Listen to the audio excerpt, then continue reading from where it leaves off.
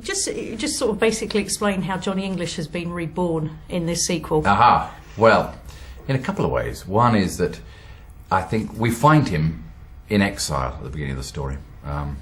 He's been cast out of the Secret Service for clearly some massive cock-up in the previous mission, and so we find him in the mountains of Tibet. But there is a huge crisis back home where we discover there's a band of international conspiracists plotting to assassinate the Chinese premier, and only Johnny English can prevent it happening. So he is recalled, his career is reborn. But then, actually more literally, towards the end of the story, we see how far he goes in pursuit of his duty, and what in fact he learns in Tibet, and how that it brought to bear in the moment of crisis, and a moment where we think we may have lost him. In fact, we've not. So, yeah, I think he's reborn in a couple of ways. Hopefully, the main thing is there's a whole new energy in this film, where he's been away for 8 years and he comes bursting back. I mean, you mentioned 8 years. Got mixed responses to the first one. What did you feel, when you got the project, what did you feel that you could sort of inject into the franchise to make it a little different this time around? Well, it felt like there was a couple of things particularly appealed to me. One was, because there have been 8 years, there's been quite a transformation in the way the world of espionage has been portrayed. The new Bond, Jason Bourne, all that felt like there was good meat for us to feed on, a good new style of portraying these spies, and there seemed to be some fun in bringing old school back into a new school, and seeing just the dynamic of that gave us quite a lot of good opportunities for comedy, but also as a way of shooting it. So we were quite keen, and the thing that really attracted me was when I read Hamish McCall's script, which was pretty ambitious in trying to create a genuine thriller. So we really did assemble a cast that is a strong, top-notch British cast, and would be happily, at home with Daniel Craig. But and the only, if you like, the comic unpredictability coming from Rowan at the centre of that. So that felt like it was a different personality of a film, and that appealed to me a lot. You're talking about Rowan, and quite a great cast actually.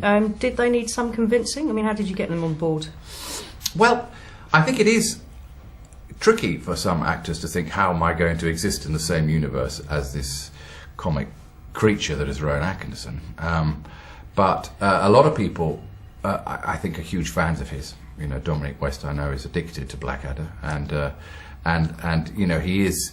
I think it's a very tantalising prospect working with him. But also, I do think they related to the script and could see that there was an ambition to take it to a place of rebirth. That we were reinventing it, and so there was an excitement in being involved in that, I think. It really is a giggle a minute. I was surprised. Good. I'll be honest, I was surprised, but it was a giggle a minute. It must have been. I mean, all films have their sort of laborious bits, but there must have been some memorable moments, cock-ups, things that you'll cherish and you'll take with you from this particular production. Can you name any? Well, any sort of. Well, I did love the moment where, because although, as you say, there's a lot of comedy in the film, the work is so focused, and Rowan tends to be extremely serious in his approach to it. Doesn't want to, overlook any comic potential, but that requires an absolute diligence, and there's no way in which he's just improvising and mucking about. It is absolute focus. But then you get moments where, for example, when we shot the first take of the chair scene, the chair going up and down, where Rowan was absolutely focused, got to the end of it, all the people around the table just burst into hysterics, and you could actually see Rowan on the rushes leap, because he wasn't, in a way, of course he's playing it for comedy, but he wasn't aware quite of the effect he was having on all the people around him. And they don't quite know whether they're allowed to laugh or whatever until you go to cut, and you'd have quite a few moments where that would happen, and that was quite a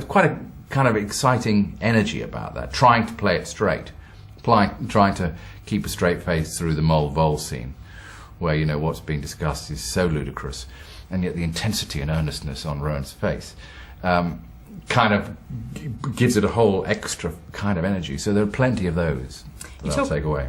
Talk about the chair scene. Yes. Just how many retakes did that take? Because that looks like a particularly... I mean, I was crying at that. So how many retakes, in all honesty? Well, funnily enough, not as many as one might think, because so much of the work was done in preparation.